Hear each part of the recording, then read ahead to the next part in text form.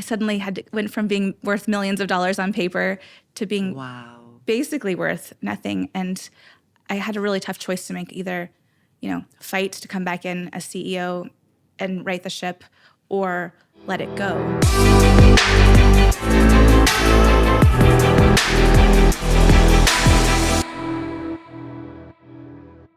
Hi, Desiree, and welcome to the show. And so happy to have you on Owning Your Legacy. Thanks for having me. Great to have you in person. Thank you. It's great to be here. So why don't you tell our listeners a little bit about yourself?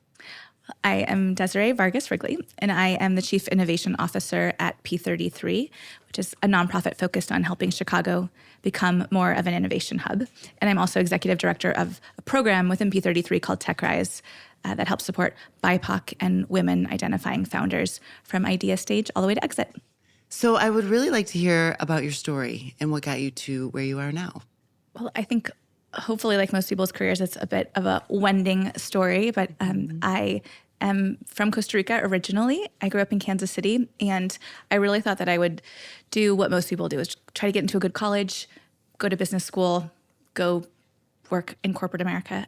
Right. But when I was in college, I had this really interesting bus ride between Badajoz and Sevilla. And this guy was telling me about how terrible American companies are and how we are ruining the earth and ruining people's lives. And I, at 21, didn't have an example in my mind of how that wasn't true.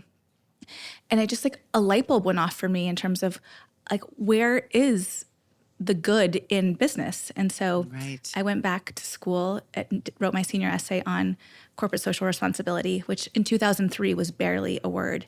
And I had trouble finding someone that would read the essay, and it had to be kind of entrepreneurial in my academic career at a pretty young age. Mm-hmm. And it just kind of set me on a path to thinking differently about the work I wanted to do. And I realized I wanted to be at the intersection of doing good and doing well. And for me, that wasn't a lawyer or a doctor or, a teacher. And so I felt pretty lost, actually, in the beginning of my career. And so I decided I'll go work at a nonprofit, do some good, then go to business school, and then go do CSR at a big company. Mm-hmm. But my nonprofit job ended up being at the Kauffman Foundation. And back then it was a really big name in 2004, 2005 for entrepreneurship. It still is, but they were doing a meaningful amount of funding. Right. And so instead of thinking about the intersection of big corporate and doing good, I got to see how all of these small businesses, these entrepreneurs were setting trends for big companies, especially in industries like coffee roasting. Starbucks learned a lot of their sustainable practices from small businesses. And so I had kind of an aha moment around entrepreneurship as a potential category, but I wasn't a programmer. I didn't have any friends that had ever started a tech startup. It was not at all in my kind of realm of possibility. But then Hurricane Katrina happened. Right. And I had this moment of wait, why can't I give directly to someone who's trying to rebuild? Why do I have to go through a big nonprofit? Right. And people are shopping online, they're banking online, but why aren't we giving online? This was 2005. Right, and you don't know where that money goes. Right. You feel there's definitely reputable places like the Red Cross, and I totally understand what you're saying, and you want to know that there's an impact with your money. Exactly. And, I was working at a large foundation, and we were looking at the numbers. It's $300 billion a year going into philanthropy. Mm-hmm. But most of it's small-scale donors that have no say in where that money goes, to your point. Mm-hmm. And so I thought, well, I think this is going to be a change. People are going to care about where their money goes, and they're going to shop differently, and they're going to. So I think I was a little too early for the trend that is now what B Corps and conscious capitalism is, but I got to see kind of the early version of that. So that was kind of the early version of GoFundMe in a way, sort of? Well, they will openly admit that they copied our business model. Okay, so I started GiveForward before Kickstarter, before Indiegogo. Right. It was before crowdfunding was even a word. How progressive of you. That is entrepreneurial. Yeah, but it was too early. You never want to be the pioneer in a tech industry because there's so much education you have to do. Right. And legally, you couldn't actually do what we were doing. And we didn't know that. So we hit so many obstacles. Once we hit 500. You were the trailblazer, though. Yes, I feel proud of pioneering an industry. And I am our original business plan actually is exactly what GoFundMe is now. And we even had equity crowdfunding in the business plan, but it was illegal at the time, so we had to take it down. Some major learnings, though, I imagine. But also great because the first time you have no idea what you don't know, and so anything's possible. And so I waited tables at night and I worked on it during the day, and I never thought we'd get venture funding. But then we went through an accelerator, part of Techstars, and we ended up raising about $7 million for the business, which now sounds like pennies, but back in 2012, that was quite a bit of money for a startup. And we help people raise $200 million for life-saving procedures. We mostly focused on medical expenses. That's huge. That's huge. You have a story about when you were waitressing, don't you? That someone affected you significantly? Yeah. Tell that story. So I'm sure you've heard this too, that often entrepreneurs or small business owners, they think like, I don't want to tell anyone my idea because they might steal it, not realizing that execution is really where the magic is, not the idea. And the hardest part. The hardest part, yeah.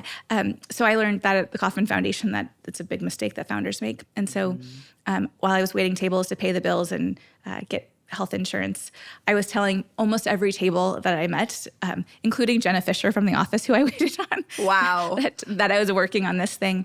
And one of my tables, his best friend needed a kidney transplant because she'd had a heart transplant when she was 10 or 12, and the medication had destroyed her kidneys. Wow. But it wasn't covered by insurance because it was a pre-existing condition. Oh. And this was pre-Obamacare.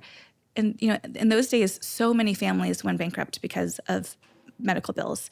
And it was just this kind of trauma that was... It just doesn't seem right. Yeah.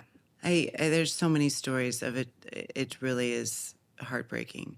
My mom has dementia and getting severe and severe as it does, and that nothing's covered. Yeah. It's not even looked at as a disease. That was news to me. I know. Until it affects your family or your situation, people aren't aware of how it can bring someone to their knees, for sure.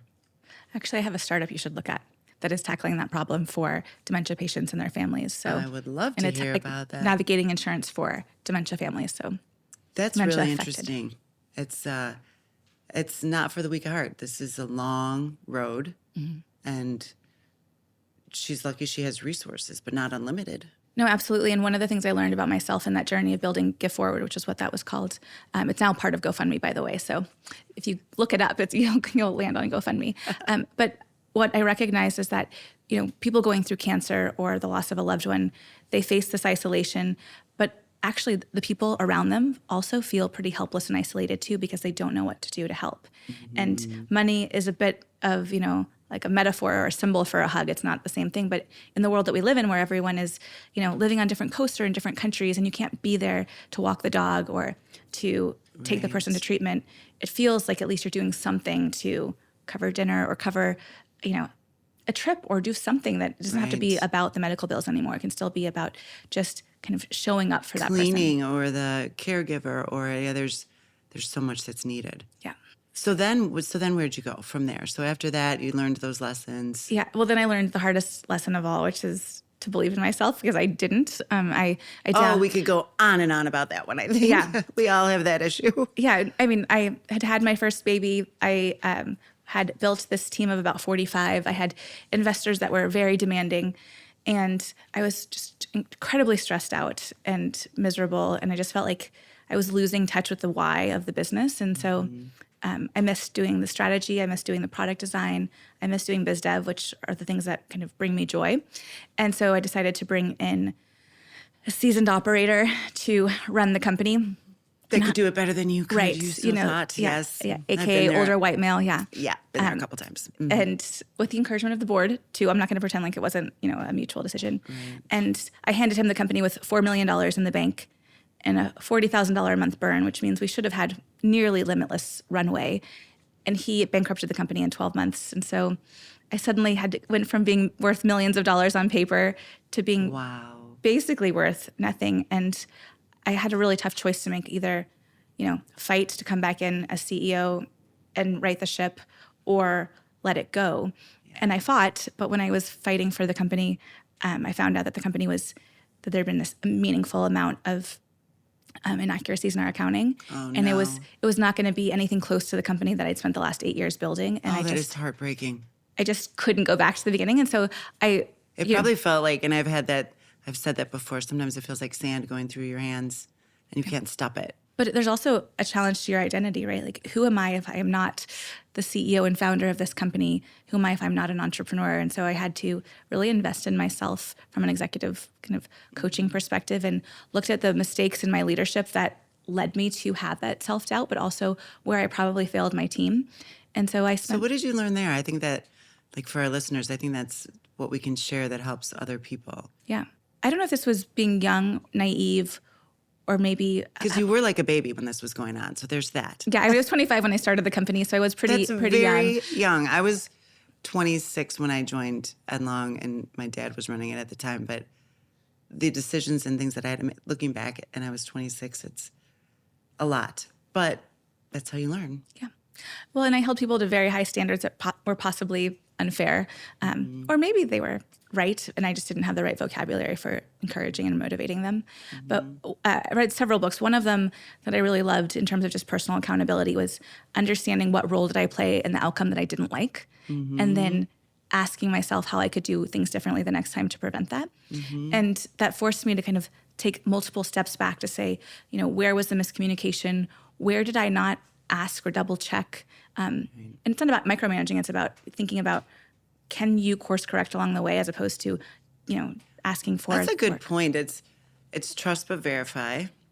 And I'm not usually a micromanager, not even really capable of it. But when I'm worried about my business, that's exactly where I go. Yeah. And I think it's probably from experience like that, you learn you got to trust your gut too and your intuition. And when you feel like the ship is going the wrong way, trust that. Yeah. As much as you don't want to be a micromanager, there's a time and a place for it. Absolutely. And I think it's more, I've never really sailed, but I'm assuming the way that captains, like, they come in and out of the daily work, right? And when there's something dangerous happening, you do need to look to leadership to guide you through. And when things are smooth sailing, like, let everyone do their job well and kind of get out of the way. I'm a big believer, and it's a dynamic, and it's never totally completed, but having the right metrics to make sure that you have a pulse on the business. And sometimes you can be watching the wrong one and you think everything's fine, and you're missing this glaring problem over here. Well, now I work with so many startups, and I see the same pattern where, revenue is actually, and sales are a lagging indicator of whatever else you're doing right. Huge. So what are the figuring out that? What are the levers? Leading indicators, the levers, exactly. Yes. The key performance indicators that say what you're building is the right thing for the market or for the audience or for the user. And so, and the health. And the health of the business, and the sustainability. At what cost is this revenue coming? Huge questions, and those are things that aren't easily answered. It's usually multi-pieces of data to pull that together. Yeah. Well, and in tech startup world, we're not even expected to make money half the time until year 3. GiveForward was designed to generate revenue from day one, but it was pennies, not thousands. Right. And so we just thought it was a miracle that people were actually using it. And we were so excited about that we didn't really understand our levers for several years. And our audience was really hard to find. The best friend of someone with cancer is just a tough person to find. So we had to get creative with off-channel, using navigators and talking to nonprofits. And we ended up partnering with Nationwide Insurance. So we got creative and we had 30 million uniques a year. So it was a meaningful site for consumers. Yeah. But I was able to take all of those learnings and then build my second company, Pearachute, which was a kids activity marketplace. And I was able to do more with 12 people than I was with the 45 that I had at GiveForward, because you just get better, the more reps you have. Right. Yeah. And I think that was such a need. I read about that, and I totally get it. So my youngest is 14, so it's been a while since I've been in the younger space with kids, but it's community. It's figuring out how to not have moms probably particularly feeling lonely. I loved some of your blog that you were writing about walking to the park and you ended up grabbing like 14 other moms to go with you. I thought that was really cute. And really, we need each other. And that's a great platform to create community, it sounds like. Yeah, it was out of necessity for myself. When I was done with GiveForward, or it was time for me to not, be there anymore, I suddenly was at home with an 18-month-old and a 3-year-old. And I didn't have— get me out of this house. I need to do something. Well, that, but also I'd never built stay-at-home mom friends. I had no idea who to call or where to go. And everything was like, sign up for 10 sessions for $300, but you don't know if your 18-month-old likes soccer. So it felt expensive and risky. And then when you have two, it's even harder. And so I was like, why can we, we can book hotels and flights and dinner from our phone, but why can't we book this thing that we're willing to spend hundreds of dollars a month on from our phone? So we built kind of like a class pass for kids in 2016. And we were on Shark Tank. I read talk about Shark Tank. That must have been an interesting experience. Yeah, I mean, we were 3 weeks old when they called us, and so we didn't have any metrics. And I was like, I want Mark Cuban to invest, but I don't know what I'm going to tell him. Right. But fortunately, because we'd done so many offline, pieces of customer acquisition for GiveForward, I had some ideas of how to activate ambassadors and kind of super fans early. And so we went onto like all the Facebook secret mom groups and just recruited these women who would be active users and brought them through and treated it as a loss leader, but really proved out the model. And we ended up getting a deal on TV with Mark Cuban. It was, but I mean, it's a lot of work. My shoot was 90 minutes long for a 9-minute segment. So it is like, it's intense. I can, and like we think that we got a lot of cameras and stuff here, but it was just like 10 times this. And wow. Yeah. Well, actually, interestingly, there's no cameras between you and the sharks. And so it does feel conversational. Nice. But it's just, a lot of flights and pressure. So I'm sure Emily's totally talked to you about being a shark on the Female Strong when the girl, have you ever done the investor panel? I have not, but I mean, I've done plenty of other panels. And in fact, I did one with Damon John from Shark Tank many years ago when he came here. Oh, that's so cool. Yeah. So the Female Strong one, and I'm sure she's told you about it, but we'll just say it for listeners, is these young women go through like a module or like a semester of entrepreneurship.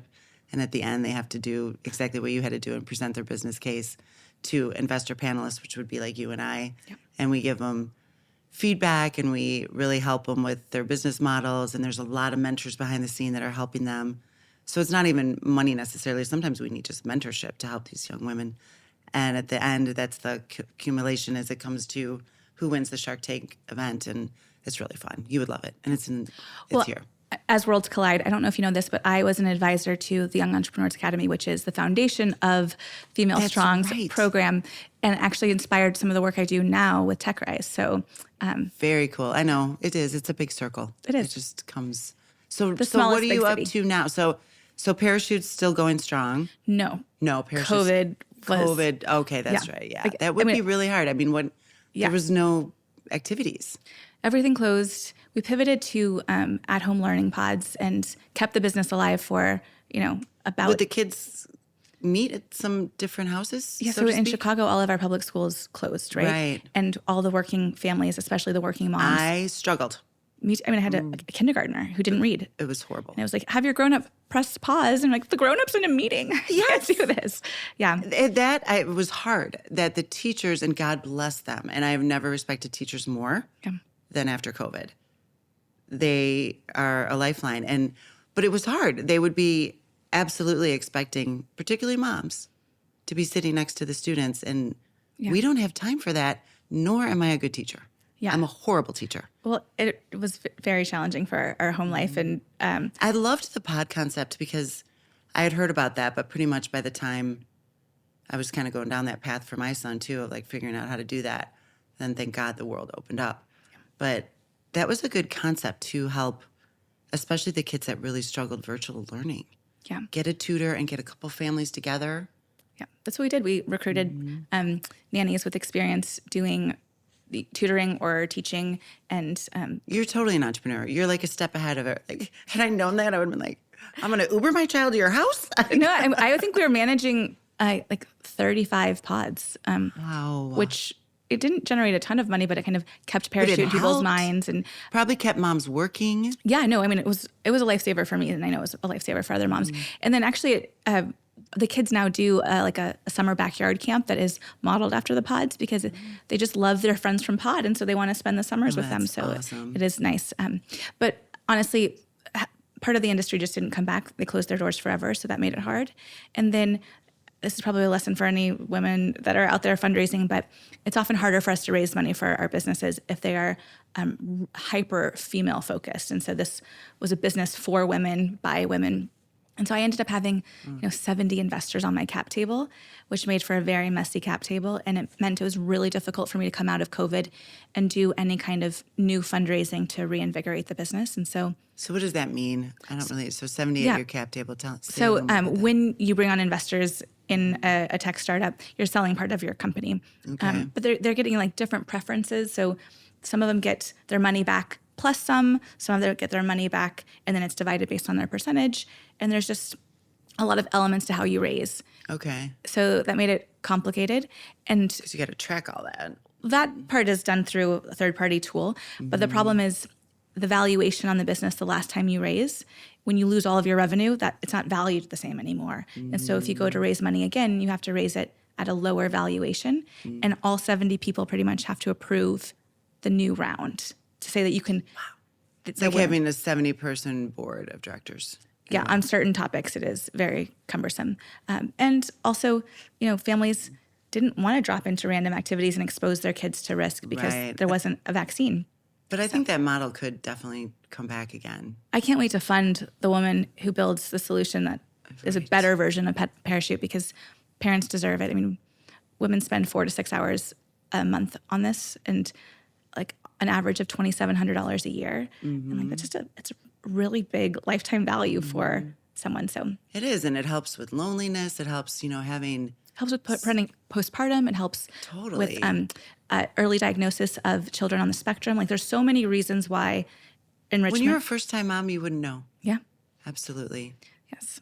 So, but I love it. I love that it existed. I'm proud of it. And I'm incredibly proud of GiveForward. But, those are two technically not wins on the bank account, but like from a brand perspective. It's how you look at the perspective of it. Definitely, I'd say those are wins.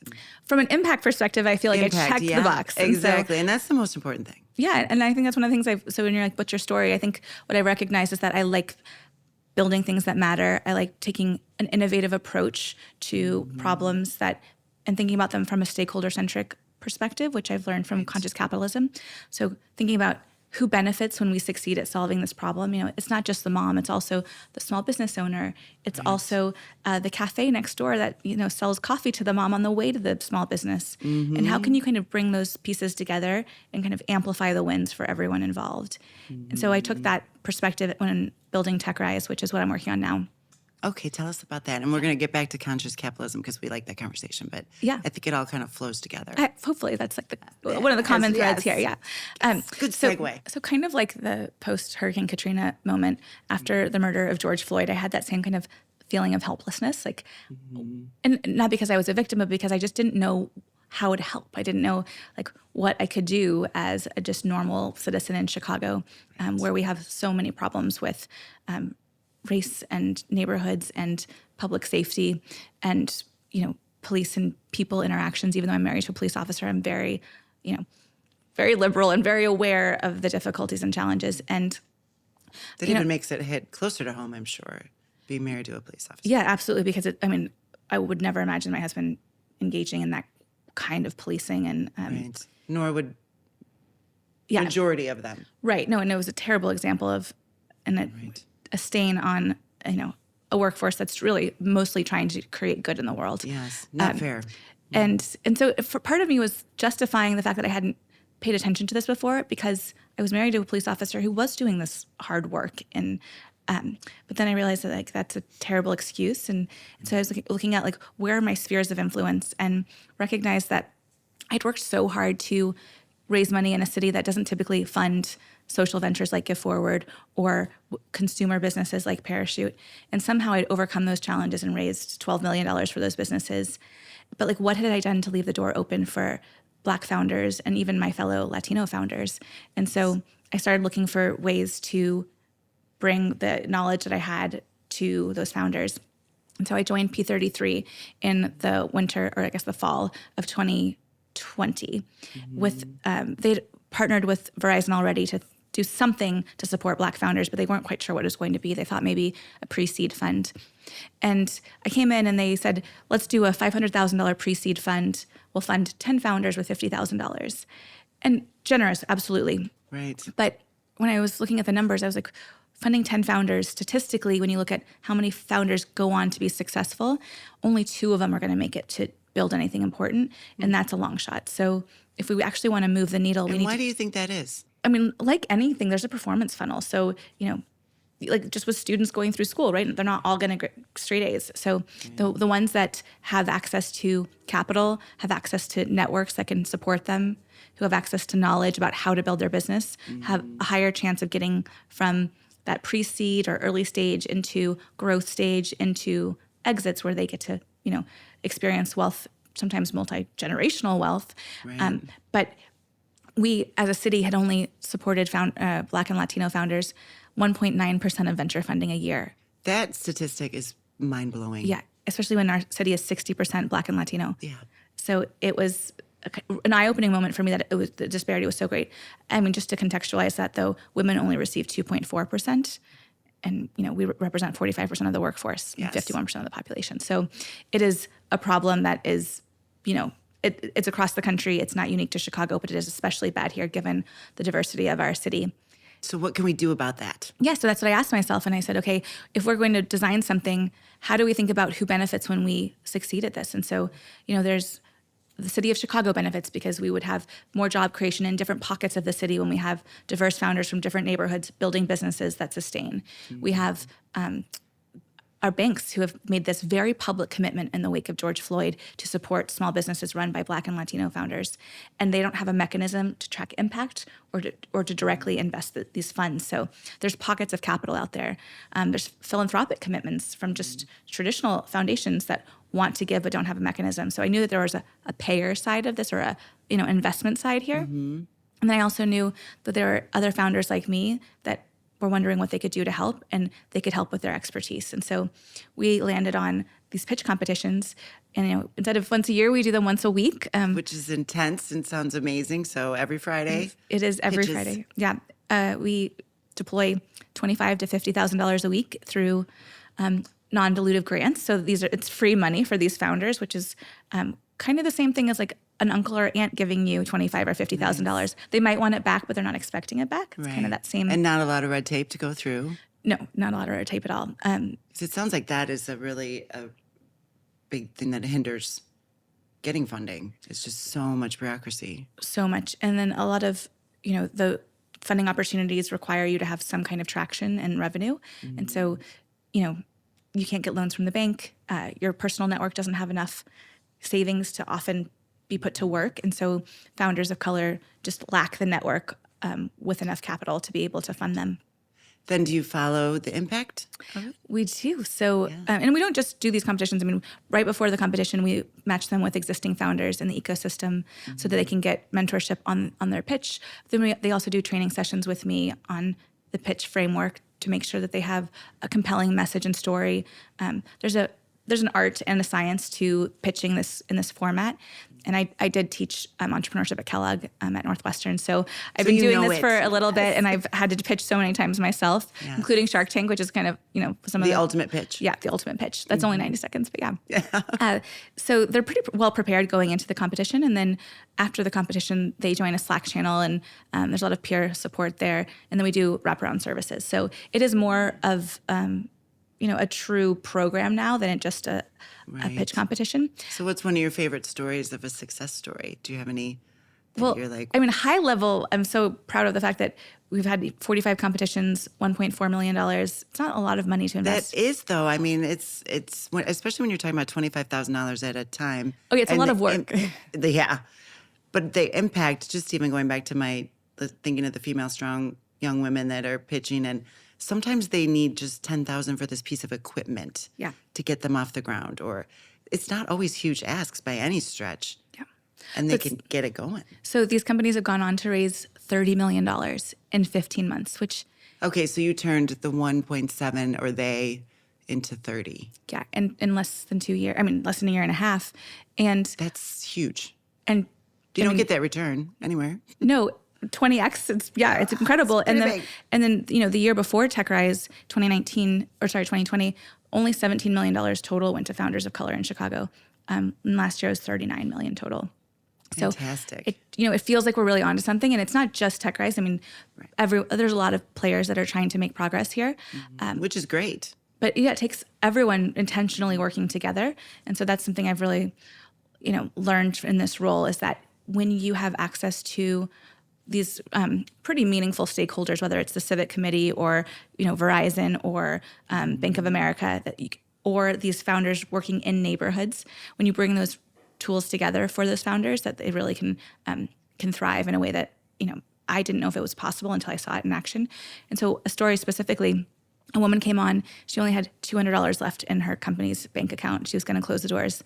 And she was building a tech solution for small businesses to better understand their analytics and their data. And she turned her $25,000 prize money into almost $2 million in revenue in a year. And she doesn't need venture funding. So she's not even part of that $30 million. She's part of the average 35% revenue growth that these founders are seeing quarter over quarter, which is just as good. Free money from sales is much better than dilutive equity. So that is a really cool model. So how would somebody that's listening tap in and maybe become either one of the sharks or one of the ones going for some seed money, or a funder? Because we're always fundraising, right? So you can see. That's why I am so bad at Female Strong, because I don't know how to ask for money. Oh, well, Emily's strength. I always ask. I get told. I'm so used to being told no that it just doesn't even faze me. And you won't get it if you don't ask. It's so true, and I think that if you can inspire, the ask is a heck of a lot easier.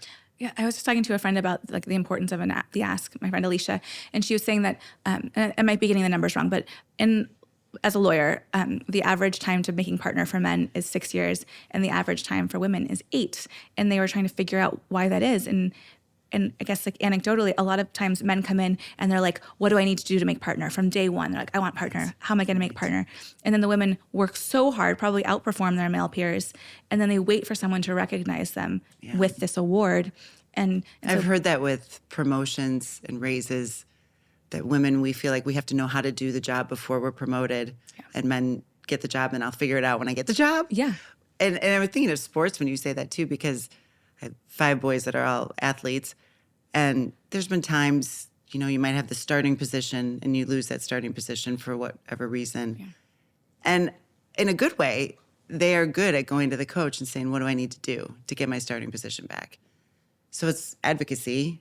And I don't think we learned that. I played basketball. I don't remember ever feeling comfortable to talk to a coach like that. No, they know better than I do. So. Right? They know better than I do. I am also a boy mom, and watching the little micro failures and rejections that the boys have in sports compared to, and I played sports, but it was just different. They dog each other for bad catches, and they have to brush it off, and they have to go and try better the next time. Yeah. And and I don't mean to overgeneralize from a sex perspective, but Carol Dweck in her growth mindset book talks about this exact fact. And I'm like, it's so true. Those moments of practiced rejection, that thick skin, and then the way that you learn to do something differently or not care, that's such a powerful tool. I think that I love that book. And I think that was maybe where I read that the best athletes are the ones that do shake it off faster. I think that was from that book, right? I think so. And it's funny watching my different children, and there's one in particular of mine that I'm like, you got to learn to shake this off faster. Yeah.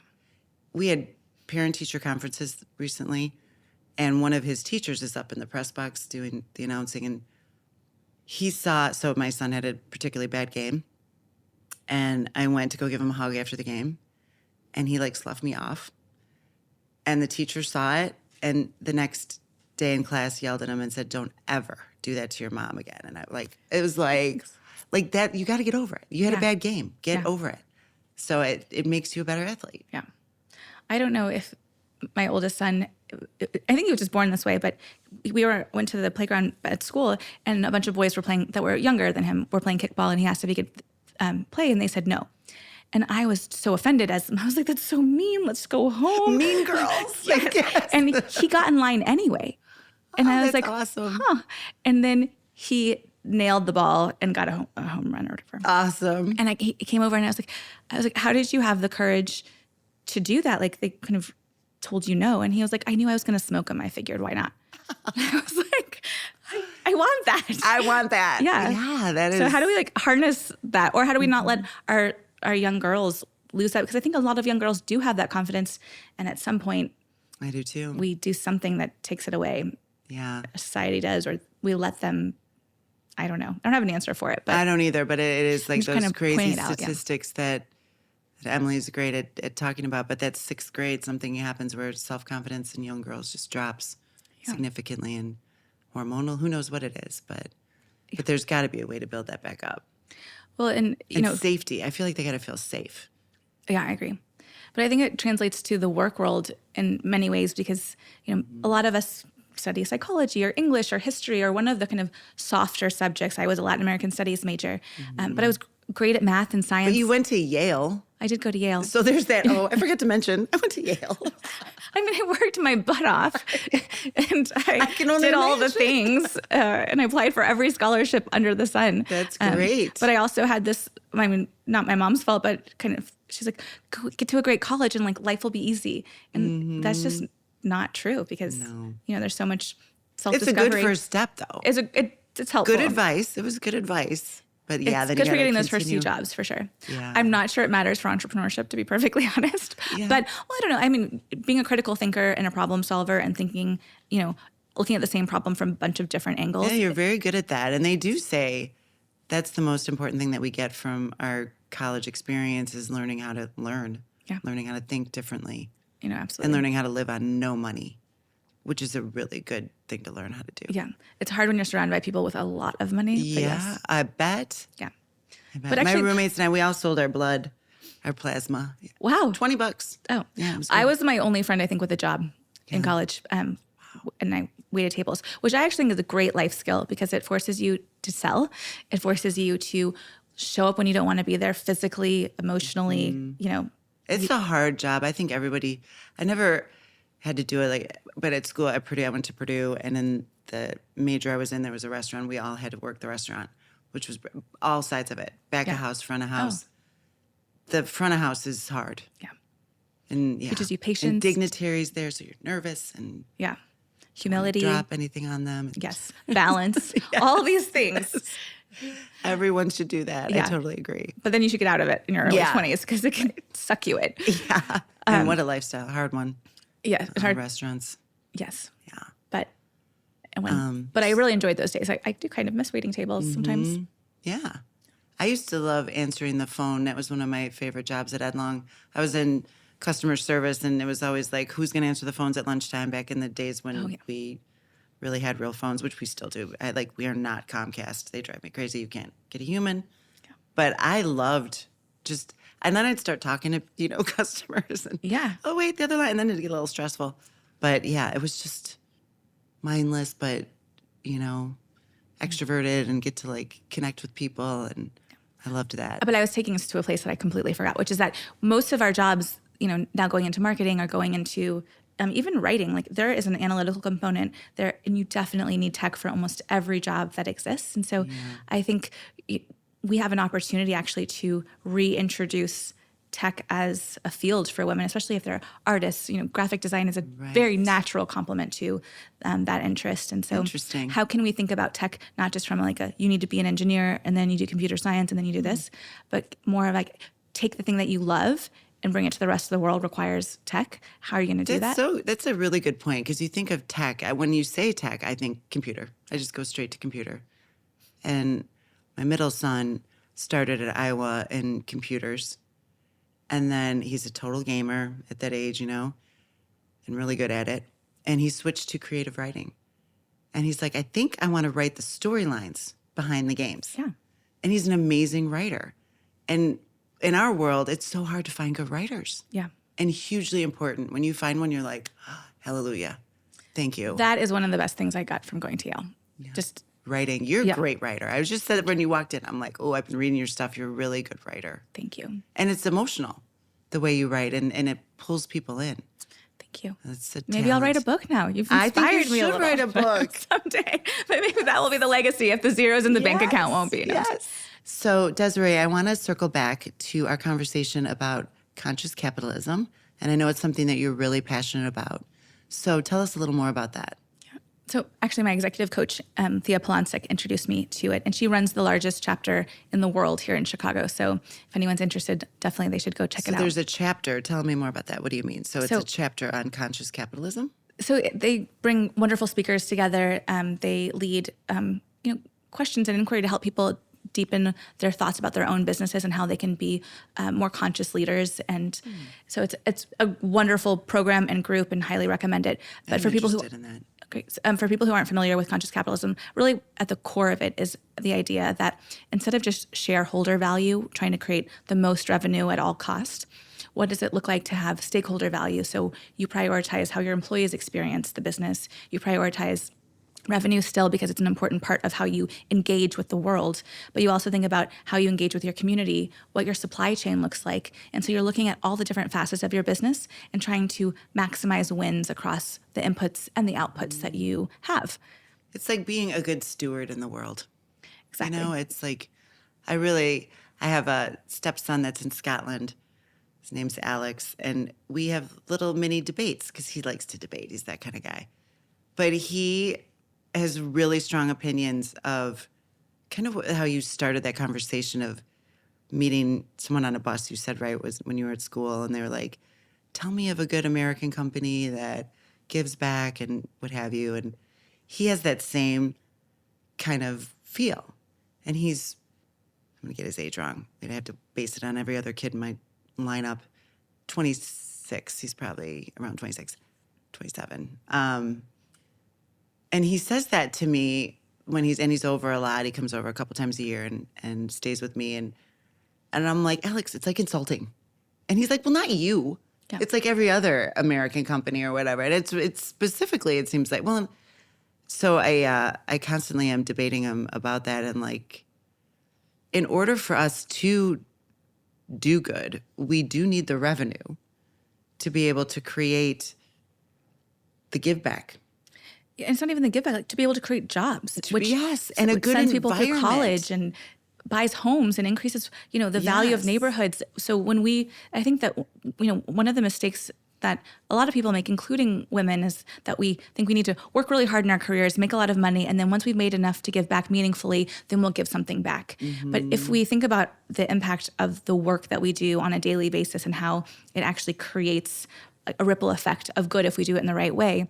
So, And I think it's the culture too. Like, I feel like part of my calling or my desire of my calling is to create a culture where people can thrive. yeah. A business where they can be themselves, bring their best. Rise to an achievement level that they're capable of and help them see it. Like there's so many important parts about being a great leader and building a business, running a business, buying and improving a business. So, capitalism is not the enemy. I mean, boundless capitalism, unrestricted can be, a Right. race to the bottom in terms of integrity. But the way that I think consumers choose to shop, the way that younger generations It influence matters. older generations. It matters to them. And they do have something to teach us. I know they do. Yeah. And maybe open our eyes to sustainability. Yeah. Things that I might not even think of. And that's where Alex will go, like, how much water does that lung use? I don't know. I should know. I don't know. But it's, where can we get better? Yeah. And I think, not to get overly political, but I think, we don't have a lot of influence in the political sphere as individual citizens, but we Right. do with where we spend our 40 to 60 hours a week, and we do with how we spend our money as consumers. And so I think this is kind of the first path of advocacy through something besides the traditional nonprofit, Right. picketing. This is like a more powerful tool that this next generation has, and I'm excited to be part of that. So as I think about, what's next for me, as much as I like being at a nonprofit and P33 is incredible, I personally feel fulfilled when I'm building something of value for my family, my community. What I'm really excited about next in my career is the problem around how early stage founders get access to capital, but I probably won't solve it on the nonprofit side. I think I'll solve it on the for-profit side. I think it's just really exciting to be able to hear somebody's story, a pitch, and what they're going for, and their passion. Yeah. I mean, that lights you up, and when you see it, like, that one is intriguing, and it's purposeful to be able to help. And founders are solving really big problems. And there is one that is a Chicago company that's focused on reusable water bottles, these metal bottles. And it's like a vending machine where the bottle gets washed and reused in the same space. And on the surface, that's like, oh, nice, saving some bottles from the ocean. But when you think about the impact that it has on like construction sites or in stadiums or like these places where there's mass consumption of bottled beverages and being able to displace that, every day with thousands of people, that suddenly becomes a really high impact business. And, repurposing electric vehicle batteries to be able to be used in homes as small generators for people who have dialysis machines and other things. Like there's so many cool things that people are thinking about that really, they exist to generate revenue, but also will have a positive impact on the world. And you'd pay more for that. If you knew it was going to have a positive impact, then it makes it worth the extra couple bucks or whatever it might be. Right. And then when they scale, it won't be. It'll be the same price. Yeah, because they'll figure it all out. They'll figure out their supply chain. Yep. I love the creativity of humans and what they can come up with. It's amazing, especially collectively. When you get like-minded people around a table. Absolutely. And you give them the resources to be powerful. Yeah. So speaking of positive impact, what is the legacy you would like to leave behind? I know that I'm supposed to say the one that I leave on my children and that, and you're family not is an important supposed part to. of it. Of course. But that's almost a given, right? Table stakes once you have a family. But professionally, the legacy that I want to leave behind is that I solve big problems that matter. I love that. That's your quote that I was showing you that I read, that I think that is very, very profound.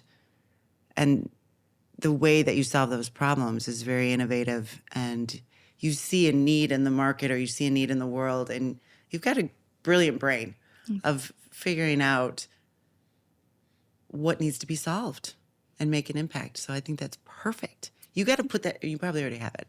Do you have that on a plaque? No, but I'm going to get you a plaque. Yeah, I'm going to. She needs a plaque. I do. I'm going to start a vision board around it. That's a good idea. I love those. Thank you. But that's it jumped out when we were reading your stuff, and we're like, this quote is beautiful. Well, thank you. So it's a hopefully perfect, I can live up to it'll that. help you, that'll give you focus on where you're Yeah. where you're going. I might steal it, make a plaque for myself in my office. You sign it for me. Solve big problems that matter. Like it's pretty simple. That's all we got to do. Solve the world. Well, thank you so much for joining me today. It's been a really good conversation, and thank you great for to get having to me. know you more. Yeah. And it's let's been great to be stay here. in touch because, I'm excited about where you're going. And congrats on everything you've built. Thank you. Thank you.